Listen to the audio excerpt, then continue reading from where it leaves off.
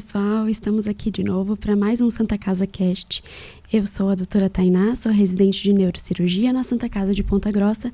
Hoje a gente está aqui com o Dr. Rogério Clemente, que é o diretor técnico do Hospital Santa Casa de Ponta Grossa e também o chefe da neurocirurgia da residência de neurocirurgia do hospital.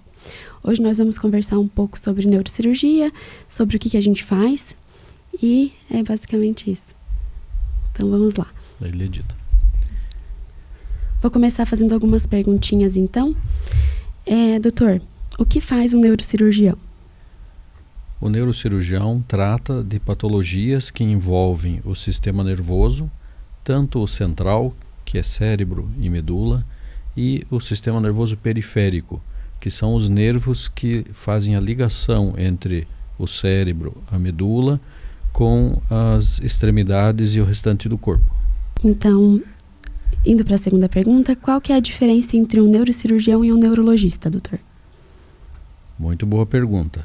Aqui no Brasil é costume todos, inclusive colegas médicos, fazerem a confusão entre essas duas especialidades. O neurocirurgião trata das doenças que são possíveis de terem um tratamento cirúrgico do sistema nervoso, e o neurologista trata das doenças, mas sem a intervenção cirúrgica, com tratamentos medicamentosos. Certo. Agora indo para uma pergunta um pouco mais pessoal. Como que o doutor escolheu fazer neurocirurgia? Essa história é bem antiga. Em primeiro lugar, eu decidi que eu ia ser médico, e isso era com uns 5 anos de idade. De onde, não sei te falar. E em torno dos 14 anos de idade, lendo algumas enciclopédias, eu acabei descobrindo que fazia-se cirurgias no cérebro.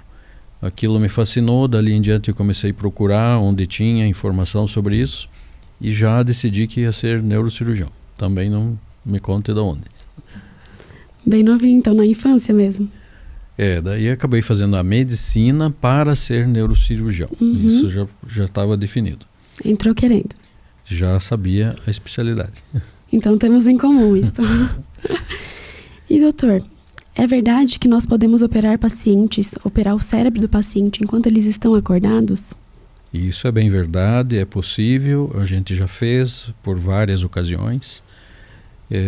Um mito que existe, é bom derrubá-lo, que é que o cérebro não dói. São as estruturas que estão em volta do cérebro que acabam produzindo dor. Alguns vasos, a meninge, mas o parênquima, o tecido cerebral, ele não causa dor.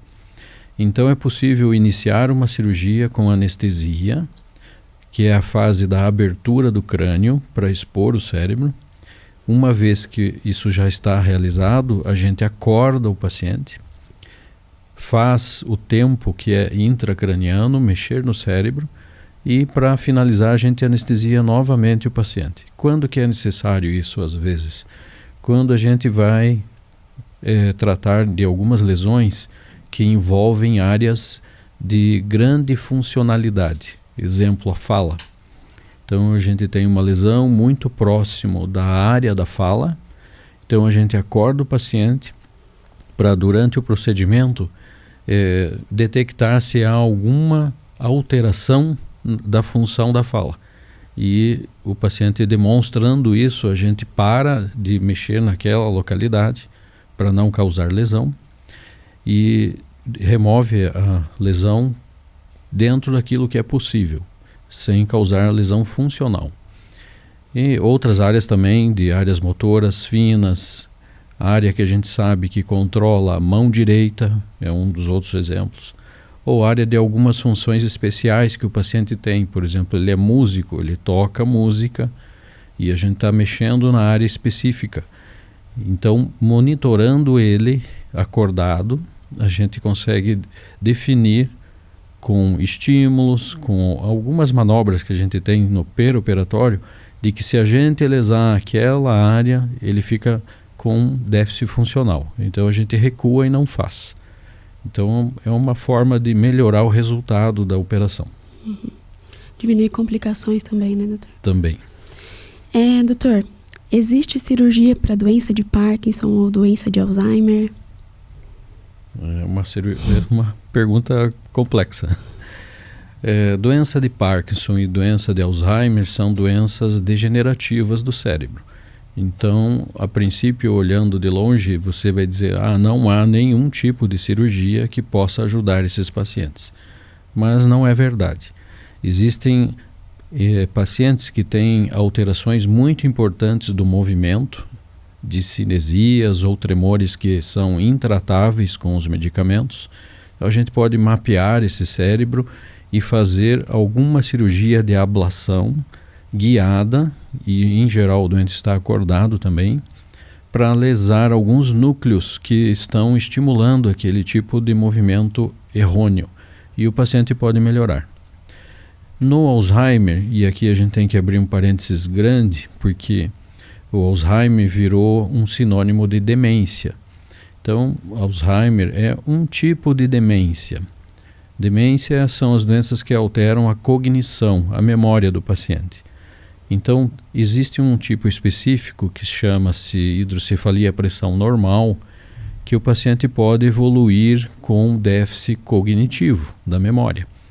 E se este é o caso, a gente pode fazer um tipo de cirurgia de drenagem do cérebro e a memória e a cognição do paciente podem melhorar. Para o Alzheimer em si, a doença que está sendo usada como sinônimo de demência, não existem cirurgias que possam ajudar. Certo. E mais uma perguntinha, trazendo para o contexto da Santa Casa, sobre a cirurgia robótica dentro da neurocirurgia. Nós utilizamos o robô ou não utilizamos?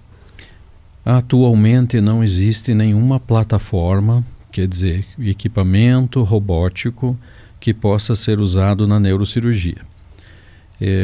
As plataformas atuais, elas demandam espaço para o movimento daqueles braços que o robô tem. Está sendo desenvolvido algum tipo de plataforma especificamente para neurocirurgia, mas isso não é no Brasil, para alguns locais específicos. Por exemplo, o cérebro de todos os seres humanos, ele é oco, ele contém umas cavidades que se chamam ventrículos. É onde se produz a água da espinha, o líquor. Ali existe um espaço um pouquinho maior e algumas plataformas estão sendo desenvolvidas com instrumentos microscópicos que podem entrar nesse espaço e fazer algum benefício com o robô. Mas a gente vai ver isso na sequência, não é para agora. Então, atualmente, os robôs que estão sendo usados, eles não têm capacidade de realizar neurocirurgia. Doutor, eu soube então que a Santa Casa adquiriu um novo aparelho para radioterapia e eu queria saber que uso que esse aparelho tem para neurocirurgia, se tem ou não tem uso.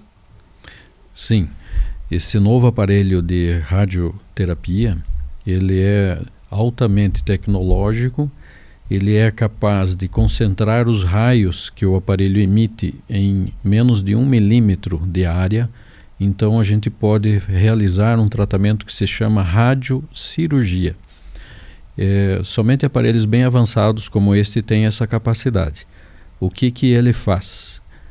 Os exames de imagem, principalmente ressonância, podem desenhar exatamente o formato do tumor e esse aparelho da radiocirurgia conversa com o aparelho da imagem e consegue desenhar os raios, o ataque de raio, exatamente como o formato do tumor dentro da cabeça do paciente. Então a grande vantagem é que áreas nobres e normais, com menos de 1, 2 milímetros de distância do tumor, elas não recebem raio, somente o tumor recebe raio. Ele tem a capacidade de uma queda da quantidade de raio em 1 milímetro de mais de 70%. Então, tecidos nobres próximos ao tumor não são lesados pela radiotratamento, por isso se chama radiocirurgia. É como que se queimasse somente o tumor. A outra possibilidade que ele ajuda muito é que pacientes com múltiplas lesões em vários locais do cérebro, um exemplo disso é alguns cânceres que dão sementes para o cérebro. Então, antigamente se tinha um limite para fazer esse tratamento. E como a quantidade de raio é muito específica, num ponto muito pequeno, você consegue tratar várias lesões em tempos diferentes, mas atacar a todas elas. Doutor, e como que a Santa Casa está equipada para fazer a neurocirurgia? Ela tem algum aparelho diferente que se usa só na neurocirurgia? Temos sim. A neurocirurgia basicamente se desenvolveu dos anos 70 para cá, baseada na microcirurgia. O que é isso? É um aparelho que se chama microscópio cirúrgico. Várias especialidades acabam usando ele, mas o da neurocirurgia ele é muito específico. Ele tem uma capacidade de mobilidade diferente dos outros aparelhos das outras especialidades. E ele tem uma capacidade de aumento de até 40 vezes o tamanho da lesão que o cirurgião enxerga. A outra grande vantagem que ele traz para a cirurgia é a luminosidade. A quantidade de luz que ele pode colocar dentro de um pequeno espaço e até um orifício dentro do crânio, dentro no cérebro, para que o cirurgião enxergue com clareza, nitidez e iluminado. Outro aparelho que a gente está usando e facilita e traz bons resultados para a neurocirurgia é o neuronavegador. Então o aparelho ele conversa com os exames de imagem que o paciente tem, principalmente ressonância, e ele consegue mapear a cabeça do paciente como se fosse um pequeno GPS. O cirurgião tem alguns instrumentos que, apontando dentro da cabeça do paciente, ele consegue enxergar na tela do exame que ele realizou a localização exata de onde ele está. Então isso facilita muito a melhorar os resultados da cirurgia. Você é capaz de dizer se ainda tem lesão para ser removida ou não e localizar exatamente o ponto onde a lesão está. Às vezes são lesões pequenas e profundas no cérebro que trariam grande dificuldade de localização. Esse aparelho é muito preciso, menos de 1 milímetro de precisão também. E ainda temos um aparelho que se chama aspirador ultrassônico. Foi desenvolvido há cerca de uns 40 anos e ele é capaz de sugar as lesões, sugar os tumores e imediatamente coagular onde ele fez a sucção do tumor. Então isso facilita muito algum tipo de cirurgia que responde a esse tipo de aparelho para ser removido. A Santa Casa hoje consta também com monitorização transoperatória. São aparelhos ultrassensíveis que mostram que se aquela lesão está localizada no cérebro, aquela região está sendo traumatizada pelo cirurgião, ele está mexendo além do que deveria, esse aparelho pode nos avisar que isso está acontecendo. Isso tanto no cérebro quanto na medula. Então é uma segurança muito grande para o paciente. Apesar de ele estar anestesiado, o aparelho detecta que está havendo um movimento acima do normal naquela região, o cirurgião pode recuar naquele movimento. Então, colabora bastante para um resultado melhor. Então, pessoal, finalizando o episódio de hoje, eu gostaria de agradecer imensamente ao doutor pela presença, pelas respostas. E para você que tem curiosidade na área da saúde, pode continuar acompanhando os nossos podcasts, se inscrever no canal, temos também o canal no YouTube. E podem deixar as dúvidas nos comentários também, marcar o perfil de vocês, marcar o perfil da Santa Casa. E nós esperamos vocês no próximo episódio.